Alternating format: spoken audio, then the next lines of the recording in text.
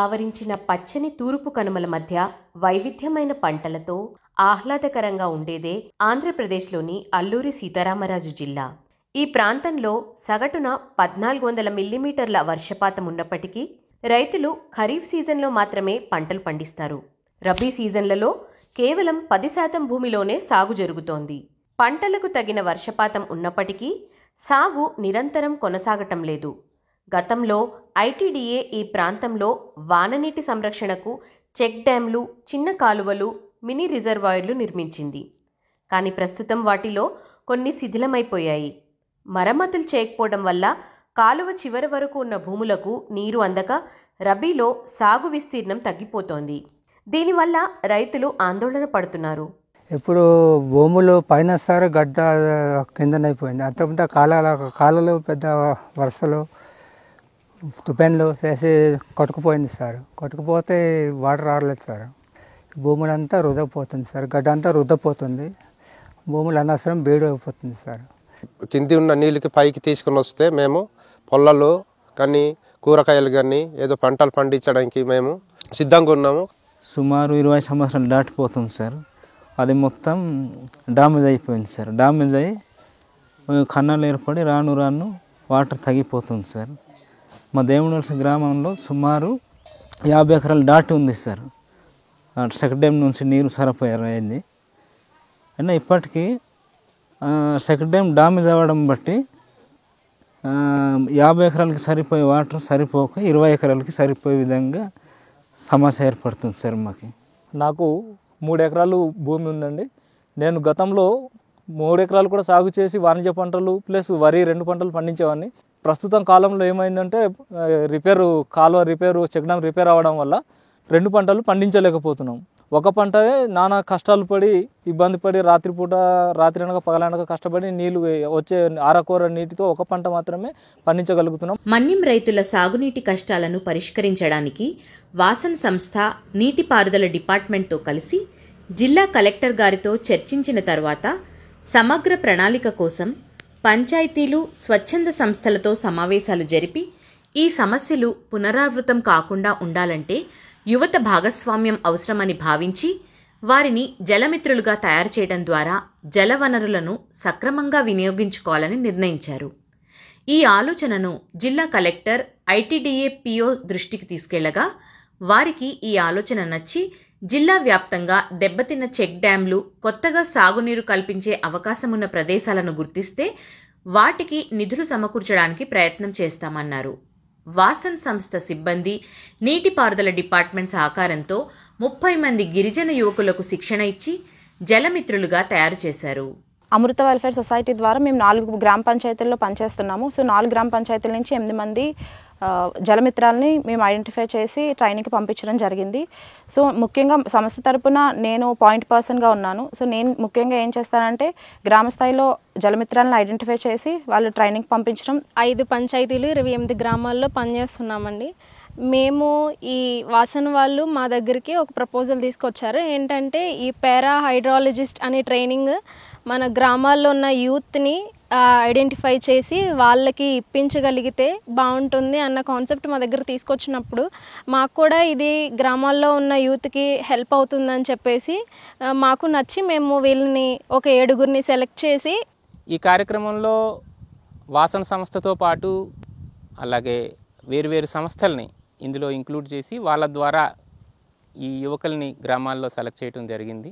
ఇప్పుడు ఎవరైతే ఈ ట్రైనింగ్ తీసుకున్న యువకులు ఉన్నారో ఈ యువకులు ఇప్పుడు గ్రామాల్లో వాళ్ళ ఏరియాల్లో ఉన్న నీటి వనరులు ఎలా వినియోగించుకుంటున్నారు అన్నది వాళ్ళు సర్వే చేయడం జరిగింది.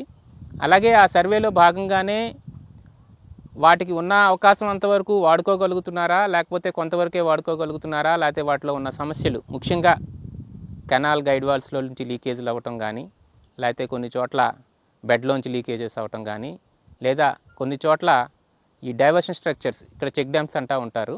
ఈ చెక్ డ్యామ్స్లో కూడా ఎక్కడైనా ఇబ్బందులు ఉన్నాయా అన్నది వాటిలో ఐడెంటిఫై చేసి దాంతోపాటు వాళ్ళు కొలతలు కూడా తీసుకోవటం అనేది జరుగుతుంది. దానికి అవసరమైన శిక్షణ అనేది ఇవ్వటం జరిగింది వాళ్ళకి. ఆ తీసుకున్న కొలతల్ని ఓడీకేలో ఎంటర్ చేస్తారు వాళ్ళు.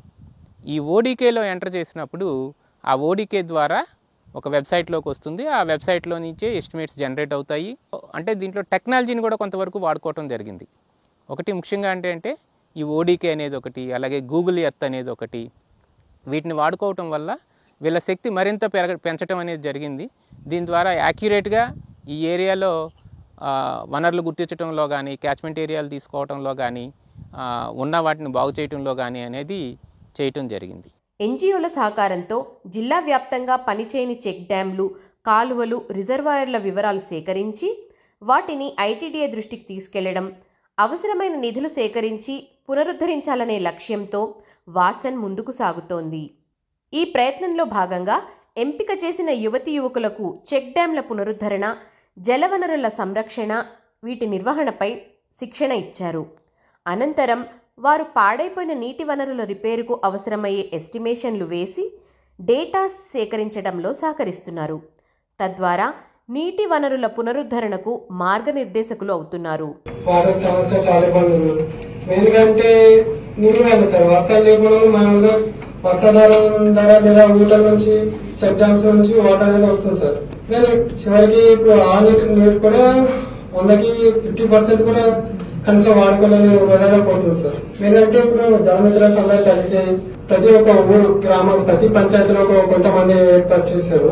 వారు ఒక గ్రామంలో ఉన్న ప్రతి ఒక్క దగ్గర చెక్ డ్యామ్స్ కానీ, కాలువ లేదా రిపేర్స్ కానీ, లేదా ఎక్కడైనా రైతులకి పంట పండించుకొని నీళ్ళు లేకపోతే వర్షాధారం ద్వారా చెక్స్ పెట్టి ఫారం ఫండ్స్ కానీ ఇలాంటివి ఏర్పాటు చేసుకోవడానికి మన ఏజెన్స్ అనేది గుర్తించడం జరిగింది సార్. జలమిత్రుల ట్రైనింగ్ అనేసి కొన్ని విలేజ్ల వారిగా ఎలక్షన్ చేసుకుంటూ మాకు అరకువేలిలో ట్రైనింగ్ పంపించడం జరిగింది. మేము 2 సార్లు ట్రైనింగ్కి వెళ్ళడం జరిగింది. ఆ ట్రైనింగ్కి వెళ్ళిన తర్వాత మేము అంటే వాటర్ని ఎలా కొలవాలి, టేప్ని ఏ విధంగా ఉపయోగించాలి, ఓడికేలో ఎలా సబ్మిట్ చేయాలి, తర్వాత గూగుల్ ఎర్త్లోని ఏ విధంగా వర్క్ చేయాలి, పార్ట్ అంటే ఏంటి, పాయింట్ అంటే ఏంటి, పాల్త్ అంటే ఏంటి అనేసి మాకు అన్ని విషయాల గురించి వివరించడం జరిగింది. అది నేర్చుకుని వచ్చిన తర్వాత కొన్ని గ్రామాలను మేము విజిట్ చేయడం కూడా జరిగింది సార్.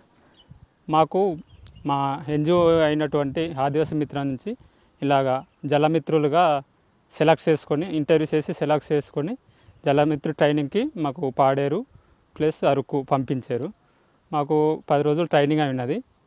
అందులో ఏంటంటే ఇప్పుడు మనకు ఎక్కడెక్కడ నీటి వనరుల కొరత, కాబట్టి మన ఏజెన్సీ ఏరియాలో నీటి వనరుల కొరత అది గుర్తించి అక్కడ డ్యాములు ఎంతవరకు డ్యామ్ కట్టుకోవాలి, ఆ నీటిని ఎలా ఉపయోగించుకోవాలి, అది పంట పొలాలకు ఏ విధంగా పంపించుకోవాలనేసి దీని గురించి మాకు అక్కడ ట్రైనింగ్ అయింది. ఈ ప్రయత్నంలో ఐటీడీఏ అధికారులు, స్థానిక ఎన్జిఓలు కూడా భాగస్వామ్యం అవుతూ సమిష్టి కృషితో జలమిత్ర కార్యక్రమం విజయవంతం కావడానికి తోడ్పడుతున్నారు. జిల్లాలో ఉన్న అన్ని చెక్ డ్యామ్ల మరమ్మతులు, మినీ రిజర్వాయర్ మరమ్మతులు, ఫారం పండు మరమ్మతులు ఇలాంటి ఎస్టిమేట్ చేయడానికి, మరియు ఎక్కడెక్కడ కొత్తగా నీరు అందించడానికి అవకాశం ఉంది అటువంటి ప్రదేశాలను గుర్తించడము, ఇంకా మరి ఎక్కడైనా గ్రావిటీకి అవకాశం ఉందా లేదా లిఫ్ట్ ఇరిగేషన్కి అవకాశం ఉందా, ఇట్లాంటి స్థలాలను కూడా ఎంపిక చేయడం ఈ ప్రాజెక్టులో భాగం అన్నమాట. ఇవన్నీ చేయడం ద్వారా ఏంటి అంటే మనకి రబీలో సాగు పెరుగుతుంది. సుమారు 20,000 ఎకరాల వరకే ఈ జిల్లాలో రబీలో పండిస్తున్నారు. దాన్ని ఇంకొక 10% వరకు పెంచాలన్నది ఈ ప్రాజెక్టు యొక్క ఉద్దేశం. ఈ జలమిత్రులు 8 మండలాల్లో 108 గ్రామాల్లోని నీటి వనరులు, చెక్ డ్యాంలు సందర్శించి సమాచారం సేకరించి వాసన్ సంస్థకు పంపారు. వాసన్ సంస్థ ఇంజనీర్లు ఈ సమాచారంలోని సాధ్యాసాధ్యాలు పరిశీలించిన అనంతరం 85 చెక్ డ్యాంల రిపేర్లు మరియు లిఫ్ట్ ఇరిగేషన్లు అవసరముందని అంచనాలు వేశారు. ఈ పనులన్నీ పూర్తయితే 4,664 ఎకరాలకు అదనంగా సాగునీరు అందుతుంది. వీటికి దాదాపు 9 కోట్ల రూపాయలు అవసరమవుతాయి. ఇప్పటికే ఈ 85 పనులలో 6 పనులను వివిధ సంస్థలు వాసన్ సంస్థల సహకారంతో పూర్తి చేశారు. మా ఊరు సున్నంబెట్ట. నా పేరు సంజీవరావు. ఈ ఊర్లో అప్పుడు నీళ్ళు ప్రాబ్లంగా ఉండేది. అప్పుడు ఎడారిగా భూములు ఉండేవి. ఆ భూములకి ఇప్పుడు డామ్ పైన 1 కిలోమీటర్ ఉంటుంది. అక్కడ డామ్ కట్టేసి నీళ్లు డైవర్ట్ చేయడం వలన పొలాలంతా నీళ్లు పుష్కలంగా వస్తున్నాయి. కాకపోతే ఇంకా ఇరిగేషన్ పెట్టి ఇంకా పొలాలకి బాగా పైపులు వేసి ఏ పొలాలకి ఆ పొలాలు అలాగా డైవర్ట్ చేయడం వలన ఇంకా ఏ ప్రాబ్లం లేకుండా పంటలైతే వర్షాకాలము ఇంకా నీళ్ళకైతే ప్రాబ్లం లేదు. అలాగా వేసవికాలానికి కూడాను బాగా కూరగాయలు టమాటా కానీ వంకాయ ఈ రకరకాల క్యాబేజీ కాలీఫ్లవరు ఇలాంటివి పండించుకుందామన్నా మనకు ఏ ప్రాబ్లం లేకుండా అన్ని నీళ్లు బాగానే వస్తున్నాయి. పైన పనస చెట్టు ఒకటి ఉంది, ఆ పనస చెట్టు పక్క నుంచి పైపు వేసి పొలాలకి అన్ని ప్రతి పొలాలకి 25 పైపులు కనెక్షన్లు ఇచ్చారు. అక్కడ నీకు ఎప్పుడంటే అప్పుడు నీళ్ళు ఇంకా ప్రాబ్లం అంటూ లేదు. ఇలాగా చేద్దామని మేము కూడా బాగా ఇప్పుడు ఆనందించాను కూడా. అప్పుడు బాధ కన్నా ఇప్పుడు బాధలు పోయాయి. ఇలాగుంటే ఎన్నెన్నో పండించుకోవచ్చు. 35 మంది ఇక్కడ 35 ఎకరాల భూములు ఉన్నాయి. ప్రతి వాడికి ప్రాబ్లం లేకుండా నీళ్లు అందరికీ పుష్కలంగా అందుతున్నాయి. ముఖ్యంగా నీటిపారుదల పనులలో పెట్టిన పెట్టుబడి మొదటి సంవత్సరంలోనే ఖరీఫ్ మరియు రబీ పంటల ద్వారా తిరిగి వస్తాయి. రాబోయే కాలంలో జలమిత్రుల కృషి ఫలించి నీటి వనరులు పునరుద్ధరణ ద్వారా గిరిజన ప్రాంతాల్లో సాగునీటి ఎద్దడి లేకుండా భూగర్భ జలాలు పెరిగి పొలాల్లో తేమ చేరి దిగుబడులు పెరిగి సుస్థిర సేద్యంతో వ్యవసాయం సుసంపన్నం అవుతుంది.